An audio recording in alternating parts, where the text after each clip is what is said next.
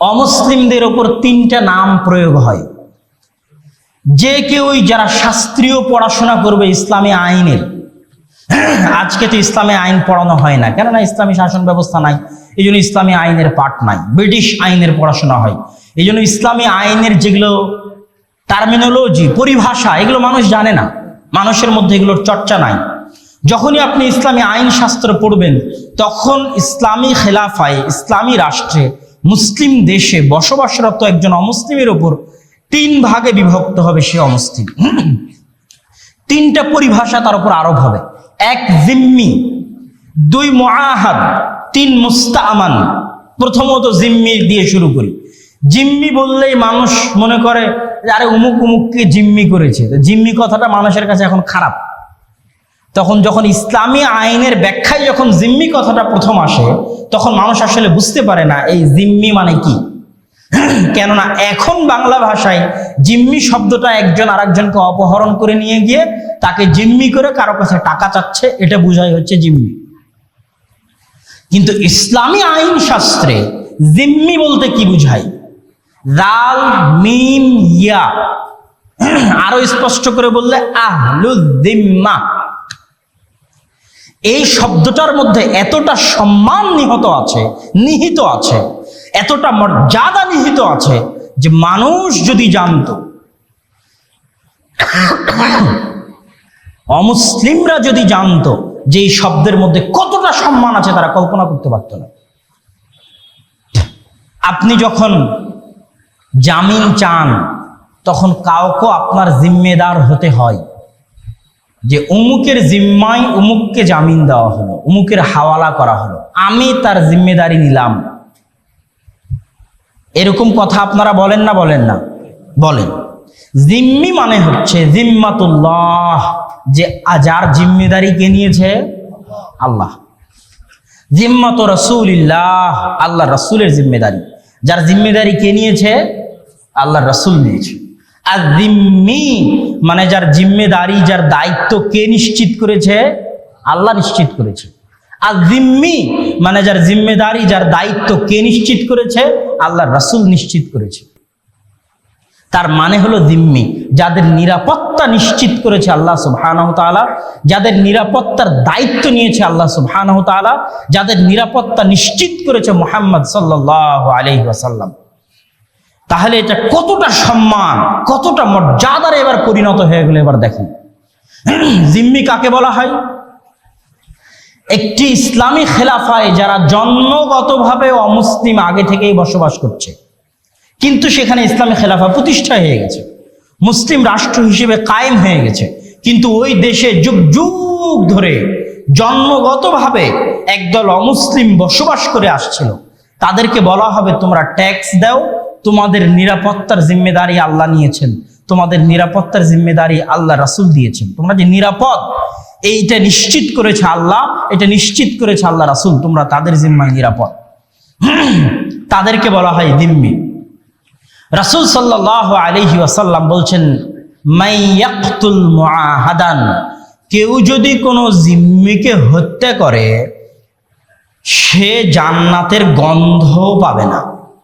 অথচ জান্নাতের গন্ধ 70 বছরের পথ, 40 বছরের পথের দূরত্ব থেকে জান্নাতের গন্ধ পাওয়া যায়, সে জান্নাতের গন্ধও পাবে না। এত শক্তিশালী কথা রাসূল সাল্লাল্লাহু আলাইহি ওয়াসাল্লাম বলেছেন। আবু বকর রাদিয়াল্লাহু তাআলা আনহুর শাসন আমলে, মুহাম্মদ সাল্লাল্লাহু আলাইহি ওয়াসাল্লামের শাসন আমলে, ওমর রাদিয়াল্লাহু তাআলা আনহুর শাসন আমলে, আলী রাদিয়াল্লাহু তাআলা আনহুর শাসন আমলে এরকম অগণিত ঘটনা আছে যে মুসলমান জিম্মিকে হত্যা করে দিয়েছে। ইসলামী আইনে ওই মুসলমানের উপর কিসাস বাস্তবায়ন করা হয়েছে, ওই মুসলমানকে হত্যা করা হয়েছে। কেননা তার নিরাপত্তা দিয়েছেন রাসূল সাল্লাল্লাহু আলাইহি ওয়াসাল্লাম। রাসূল সাল্লাল্লাহু আলাইহি ওয়াসাল্লামের এই নিরাপত্তার ভাষা আপনাদের সামনে আমি একটু নকল করি। রাসূল সাল্লাল্লাহু আলাইহি ওয়াসাল্লাম বলছেন, জিম্মাতুল মুসলিমিনা তাতাকাফাউ ওয়াহিদাতান, মুসলমানরা যে যার দায়িত্ব নিয়েছে তাদের সকলের দায়িত্ব নেওয়াটা সমান। ইয়াসআ বিহা আদনাহুম, তাদের প্রত্যেকের এই দায়িত্ব নেওয়াটা সমান। এই হাদিসের ব্যাখ্যা আমি করে দিচ্ছি। ফামান আখফারা মুসলিমান, কেউ যদি কোনো মুসলমানের দায়িত্বকে অপমানিত করে, তার উপর আল্লাহর অভিশাপ, তার উপর ফেরেশতাদের অভিশাপ, তার উপর সারা পৃথিবীর সকল মানুষের অভিশাপ। তার পক্ষ থেকে আল্লাহ কোনো নফল ইবাদত কবুল করবেন না, তার পক্ষ থেকে আল্লাহ কোনো ফরজ ইবাদত কবুল করবেন না। কত কঠিন কথা হয়ে গেল। এই হাদিসের ব্যাখ্যা এবার আপনাকে শোনাই। মক্কা বিজয়ের দিন উম্মে হানি রাসূল সাল্লাল্লাহু আলাইহি ওয়াসাল্লামকে বলছে, হে আল্লাহ রাসূল, আমি উমুক কাফেরকে আমার বাড়িতে আশ্রয় দিয়েছি, উমুক কাফেরকে আমার বাড়িতে আশ্রয় দিয়েছি। উম্মে হানি আল্লাহ রাসূলকে বলছে। তখন রাসূল সাল্লাল্লাহু আলাইহি ওয়াসাল্লাম বলছে, কদ আজারনা মান আজারতি ইয়া উম্মে হানি, তুমি যার দায়িত্ব নিয়েছো আমরা তার দায়িত্ব নিলাম, তুমি যার নিরাপত্তা নিশ্চিত করেছো আমরা তার নিরাপত্তা নিশ্চিত করলাম। এই নিরাপত্তা নিশ্চিত করায় প্রত্যেক মুসলমান সমান। কোন মুসলমান যদি বলে আমি অমুক হিন্দুর দায়িত্ব নিয়েছি, তাহলে সারা পৃথিবীর সব মুসলমানকে তার এই দায়িত্বের সম্মান জানাতে হবে। যদি সম্মান না জানায়, একজন মুসলমান একজন অমুসলিমের নিরাপত্তার জিম্মেদারি নেওয়ার পরেও যদি কোনো মুসলমান ওই মুসলমানের জিম্মেদারি নেওয়াকে সম্মান না জানায়, লানাতুল্লাহি, আল্লাহর অভিশাপ তার উপর, ফেরেশতাদের অভিশাপ তার উপর। তার পক্ষ থেকে আল্লাহ কোনো নফল ইবাদত কবুল করবেন না, তার পক্ষ থেকে আল্লাহ কোনো ফরজ ইবাদত কবুল করবেন না। অমুসলিমকে নিরাপত্তা দেওয়ার ক্ষেত্রে সব মুসলমান সমান। উম্মে হানি, তুমি যাকে নিরাপত্তা দিয়েছো আজার না, তোমার এই নিরাপত্তার মর্যাদা আমরা রক্ষা করব, আমরাও তাকে নিরাপত্তা দিলাম। সম্মানিত উপস্থিতি, রাসূল সাল্লাল্লাহু আলাইহি ওয়াসাল্লাম জিম্মিদের কথা বলতে গিয়ে বলেছেন, মান আযা জিম্মিয়ান, যার জিম্মেদারি মুহাম্মদ সাল্লাল্লাহু আলাইহি ওয়াসাল্লাম নিয়েছে, এইরকম কোন জিম্মিকে যদি কেউ কষ্ট দেয়, ফাআনা মুহাম্মদ খাসামুহু, ওই জিম্মির পক্ষ থেকে আমি মুহাম্মদ লড়াই করব। আর আমি মুহাম্মদ যার বিরুদ্ধে লড়াই করব, খাসামতুহু ইয়াউমাল কিয়ামাহ, আমি মুহাম্মদ কিয়ামতের মাঠেও তার বিরুদ্ধে লড়াই করব। অতএব আমি মুহাম্মদ যার নিরাপত্তা দিয়েছি, তোমরা তার নিরাপত্তা দাও, তোমরা তাদেরকে কষ্ট দিও না। রাসূল সাল্লাল্লাহু আলাইহি ওয়াসাল্লামের এই নিরাপত্তার ভাষা পরবর্তীতে আবু বকর রাদিয়াল্লাহু তাআলা আনহুরও ছিল, ওমর রাদিয়াল্লাহু তাআলা আনহুরও ছিল। তার মধ্যে আবু বকর রাদিয়াল্লাহু তাআলা আনহুর একটা চিঠি আর ওমর রাদিয়াল্লাহু তাআলা আনহুর একটা চুক্তি আজকে আপনাদেরকে অনুবাদ করে শোনাবো। আবু বকর রাদিয়াল্লাহু তাআলা আনহুর একটা চিঠি নাজরানবাসীর উদ্দেশ্যে। কিতাবুল খলিফা আবি বকর সিদ্দিক রাদিয়াল্লাহু তাআলা আনহু, আবু বকর রাদিয়াল্লাহু তাআলা আনহুর চিঠি নাজরানবাসীর উদ্দেশ্যে। বিসমিল্লাহির রহমানির রহিম, মহা করুণাময় দয়ালু আল্লাহর নামে শুরু করছি। হাযা মা কাতাবা বিহি আব্দুল্লাহ, এই চিঠি লিখছে আল্লাহর বান্দা, আল্লাহর বান্দা আবু বকর, খলিফাতু মুহাম্মদ, মুহাম্মদ সাল্লাল্লাহু আলাইহি ওয়াসাল্লামের খলিফা, আল্লাহর বান্দা আবু বকর এই চিঠি লিখছে। লি আহলি নাজরান, নাজরানবাসীর উদ্দেশ্যে। আজারাহুম বিজিওয়ারিল্লাহ ওয়া যিম্মাতি মুহাম্মদ আন নবী সাল্লাল্লাহু আলাইহি ওয়াসাল্লাম, তোমাদেরকে নিরাপত্তা দেওয়া হলো আল্লাহর কথা অনুযায়ী, তোমাদেরকে নিরাপত্তা দেওয়া হলো মুহাম্মদ সাল্লাল্লাহু আলাইহি ওয়াসাল্লামের কথা অনুযায়ী। আলা আনফুসিহিম, তোমাদের জীবনের নিরাপত্তা দেওয়া হলো। ওয়া আরজিহিম, তোমাদের জমির নিরাপত্তা দেওয়া হলো। ওয়া আমওয়ালিহিম, তোমাদের ধন সম্পদের নিরাপত্তা দেওয়া হলো। ওয়া ইবাদাতিহিম, তাদের ইবাদত, তাদের ইবাদতের জায়গা, ইবাদতের স্থানের নিরাপত্তা দেওয়া হলো। ওয়া রুহবানিহিম, তাদের পাদ্রী, তাদের পণ্ডিত, তাদের ঠাকুরদের নিরাপত্তা দেওয়া হলো। ওয়া কুল্লামা তাহতা আইদিহিম, এবং তাদের অধীনস্থ যা কিছু আছে, মিন কালিলিন ওয়া কাসীরিন, সকল কিছুর নিরাপত্তা দেওয়া হলো। ওমর রাদিয়াল্লাহু তাআলা আনহু মৃত্যুর সময় ওসিয়ত করেছিলেন, ওয়াউসিহি, পরবর্তী খলিফার উদ্দেশ্যে, আমি পরবর্তী খলিফাকে ওসিয়ত করে যাচ্ছি বিজিম্মাতিল্লাহ ওয়া জিম্মাতি রাসূলিহি, যাদেরকে আল্লাহ নিরাপত্তা দিয়েছে, যাদেরকে আল্লাহ রাসূল নিরাপত্তা দিয়েছে, তাদের বিষয়ে ওসিয়ত করে যাচ্ছি আইয়ুফা লাহুম বিআহদিহিম, তাদের সাথে করা চুক্তি যেন রক্ষা করা হয়, ওয়া ইউকাতালা মিন ওয়ারাইহিম, আর যারা এই চুক্তির বাইরে তাদের বিরুদ্ধে যেন যুদ্ধ করা হয়, তাদের সাথে যেন যুদ্ধ না করা হয়। ওমর রাদিয়াল্লাহু তাআলা আনহু যখন বাইতুল মাকদিস বিজয় করেন, বাইতুল মুকাদ্দাস বিজয় করেন, চমৎকার এবং ঐতিহাসিক ঘটনা। আমর ইবনুল আস রাদিয়াল্লাহু তাআলা আনহু, আরো বহু সাহাবী, ঐতিহাসিকগণ বলেছেন 4000 সাহাবী ওই দিন যুদ্ধের ময়দানে উপস্থিত ছিলেন। 4000 সাহাবী বাইতুল মুকাদ্দাস, তার সাথে আরো বিশাল সেনাবাহিনী বাইতুল মুকাদ্দাসকে ঘিরে রেখেছেন। বাইতুল মুকাদ্দাসের প্রধান পাদ্রী বলছে, খলিফাতুল মুসলিমিন যদি আসে তাহলে খলিফাতুল মুসলিমিনের হাতে এই চাবি হস্তান্তর করা হবে। খলিফাতুল মুসলিমিনকে চিঠি লেখা হলো, খলিফাতুল মুসলিমিন আপনি আসলে বাইতুল মুকাদ্দাসের চাবি আপনার হাতে তারা হস্তান্তর করবে। খলিফাতুল মুসলিমিন একজন সফর সঙ্গী নিয়ে যাত্রা শুরু করলেন। খলিফাতুল মুসলিমিন যখন নিকটে পৌঁছে গেছেন বাইতুল মুকাদ্দাসের, তখন যারা সাহাবী ছিল, যারা দায়িত্বশীল ছিল, যারা সেনাপতি ছিল, তারা তাদের মধ্যে কানাকানি গুঞ্জন শুরু হয়ে গেল যে মুসলমানদের নেতা এত নিম্ন পোশাকে, এত দুর্বল অবস্থায়, এত ধুলোমলিন অবস্থায় আজকে উপস্থিত হয়েছে, মানুষ আমাদেরকে কি মনে করবে? খ্রিস্টানেরা আমাদেরকে কি মনে করবে? তারা আমাদেরকে দুর্বল মনে করবে। আমাদের নেতা যদি এরকম হয়, তারা আমাদের বিষয়ে কি ধারণা রাখতে পারে? কানে কানে গিয়ে ওমর রাদিয়াল্লাহু তাআলা আনহুর কানে এগুলো বলা হচ্ছে। ওমর রাদিয়াল্লাহু তাআলা আনহু বললেন, শোনো, আমরা সেই জাতি যারা পৃথিবীতে সবচেয়ে অপমানিত ছিলাম। শোনো, আমরা সেই জাতি যাদের সরিষা সমপরিমাণ সম্মান ছিল না।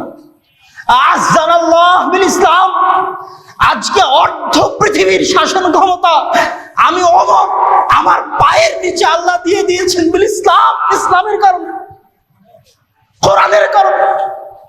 আজকে আমার যে সম্মান, আমার যে মর্যাদা, এটা এই পোশাক নির্ধারণ করতে পারে না। ইসলাম এবং কোরআন আমার সম্মান দিয়েছে, তোমাদের সম্মান দিয়েছে। অতএব এই পোশাক, এই আশাক, দুনিয়াবি চাকচিক্য, বাহ্যিক আচার আচরণ, এগুলো দেখে তোমরা মূল্যায়ন করিও না। আজকে আমি ওমর, আমার মতো অপমানিত মানুষকে, আমার মতো মূল্যহীন মানুষকে আল্লাহ এই সম্মান দিয়েছেন ইসলামের কারণে, কোরআনের কারণে। খলিফাতুল মুসলিমিনের বেশভূষা, আচার আচরণ দেখে তাদের পাদ্রী বলল, হ্যাঁ, ইনি সেই ব্যক্তি যার কথা আমাদের বাইবেলে লেখা আছে, যিনি বাইতুল মুকাদ্দাস বিজয় করবেন, ইনি সেই ব্যক্তি। অতএব তার সাথে আমরা চুক্তিতে যেতে চাই।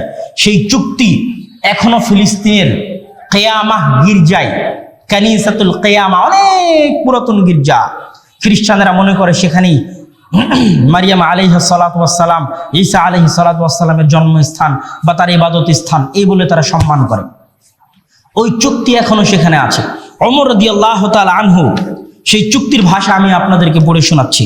হাযা মা আতা আব্দুল্লাহ, এই চুক্তি যেটা প্রদান করছে আব্দুল্লাহ, আল্লাহর বান্দা, আমিরুল মুমিনিন, মুমিনদের আমির ওমর ইবনুল খাত্তাব, আহলা ইলিয়া, বাইতুল মুকাদ্দাস বাসীকে আল আমান, নিরাপত্তা, আতাহুম আমানান লিআনফুসিহিম, তাদের জীবনের নিরাপত্তা দিচ্ছে আল্লাহর বান্দা খলিফাতুল মুসলিমিন, আমিরুল মুমিনিন ওমর ইবনুল খাত্তাব।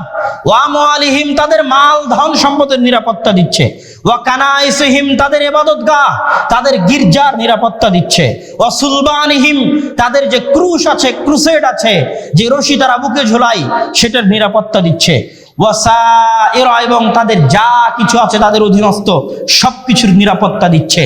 তাদের গির্জাকে ভেঙে ফেলা হবে না, ওয়ালা তুহদাম, ধ্বংস করা হবে না, ওয়ালা ইউনতাকাসু মিনহা, ক্ষতিগ্রস্ত করা হবে না, ওয়ালা শাইয়ুম মিন আমওয়ালিহিম, তাদের ধন সম্পদের ক্ষতি করা হবে না, ওয়ালা ইকরাহুনা আলা দীনিহিম, তাদের কাউকে ইসলাম গ্রহণ করতে বাধ্য করা হবে না, ওয়ালা ইদার আহাদুম মিনহুম, তাদের কাউকে সরিষা সমপরিমাণ কোনো ক্ষতি গ্রহণ করা হবে না, ওয়ালা ইউসকানু বিলিয়া মাহুম আহাদুম মিনাল ইয়াহুদ, আর তাদের সাথে কোনো ইহুদি এই বাইতুল মুকাদ্দাসে বসবাস করতে পারবে না। ব্যতিক্রম বাক্য।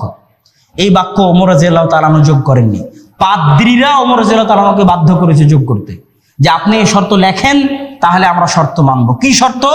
এখানে কোনো ইহুদি বাস করতে পারবে না। আল্লাহু আকবার।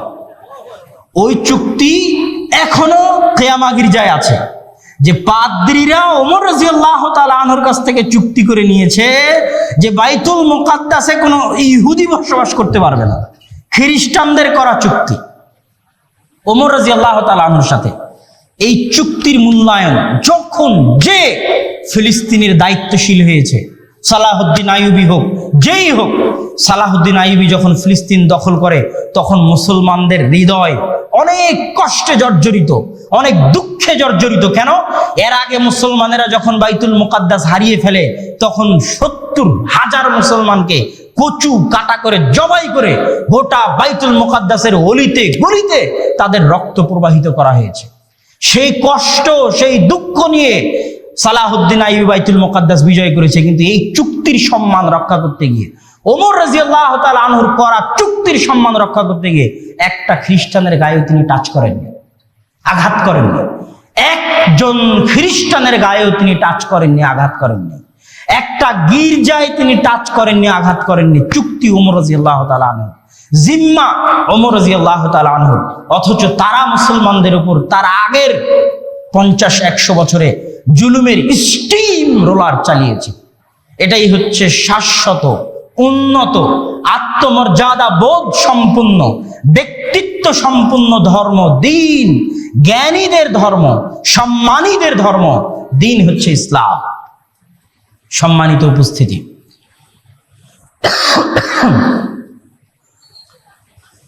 এক নম্বর আলোচনায় ছিলাম জিম্মি। দ্বিতীয় স্তর হচ্ছে তারা যাদেরকে বলা হচ্ছে মুস্তাআমান। মুস্তাআমান মানে এই দেশের অধিবাসী নয়, ইসলামী রাষ্ট্রের অধিবাসী নয়, ইসলামী খেলাফার অধিবাসী নয়, কিন্তু ভিসার আবেদন করে নিরাপত্তা নিয়ে ইসলামী রাষ্ট্রের ভিসা পেয়ে ইসলামী রাষ্ট্রে এসেছে। তার রক্ত হারাম, তার ইবাদতের জন্য সে স্বাধীন, তার জানমাল নিরাপদ, তার রক্ত নিরাপদ। 3, মুআহাদ, ওই দেশের নাগরিক যেই দেশের সাথে ইসলামী খেলাফা চুক্তি করেছে। যেমন হুদাইবিয়ার সন্ধিতে রাসূল সাল্লাল্লাহু আলাইহি ওয়াসাল্লাম কাফেরদের সাথে চুক্তি করেছেন, দারুল কুফরের সাথে চুক্তি করেছেন। ওই চুক্তি রাসূল সাল্লাল্লাহু আলাইহি ওয়াসাল্লাম আদায় করেছেন। এইরকম যে কোনো চুক্তিবদ্ধ কাফের রাষ্ট্র, যে কোনো চুক্তিবদ্ধ অমুসলিম রাষ্ট্রের সকল অমুসলিম ইসলামের দৃষ্টিতে নিরাপদ। তাদের জানমাল, তাদের ধন সম্পদ, তাদের ইবাদত হচ্ছে মুসলমানদের নিকটে নিরাপদ। সম্মানিত উপস্থিতি, একটা আয়াত দিয়ে আজকের বক্তব্যের দ্বিতীয় অংশ, এটা আজকের বক্তব্যের প্রথম অংশ ছিল, একটা আয়াত দিয়ে আজকের বক্তব্যের দ্বিতীয় অংশের দিকে যাব। সে আয়াত কি? আল্লাহ সুবহানাহু ওয়া তাআলা বলছেন, ওয়ালা তাসুব্বুল্লাযীনা ইয়াদউনা মিন দুনিল্লাহ ফায়াসুব্বুল্লাহ আদুওয়াম বিগাইরি ইলম। যারা আল্লাহ ব্যতীত অন্য কারো ইবাদত করে তাদের মূর্তিকে, তাদের দেবদেবীকে তোমরা গালি দিও না। আল্লাহর আদেশ, সূরা আনআম 108। যারা আল্লাহ ব্যতীত অন্য কোন দেবদেবী মূর্তির ইবাদত করে তাদের দেবদেবীকে তোমরা কি দিও না? গালি দিও না। কি হবে? তোমরা যদি গালি দাও, ফায়াসুব্বুল্লাহ, তারাও রাগ বশত, ক্রোধ বশত কাকে গালি দিবে? আল্লাহকে।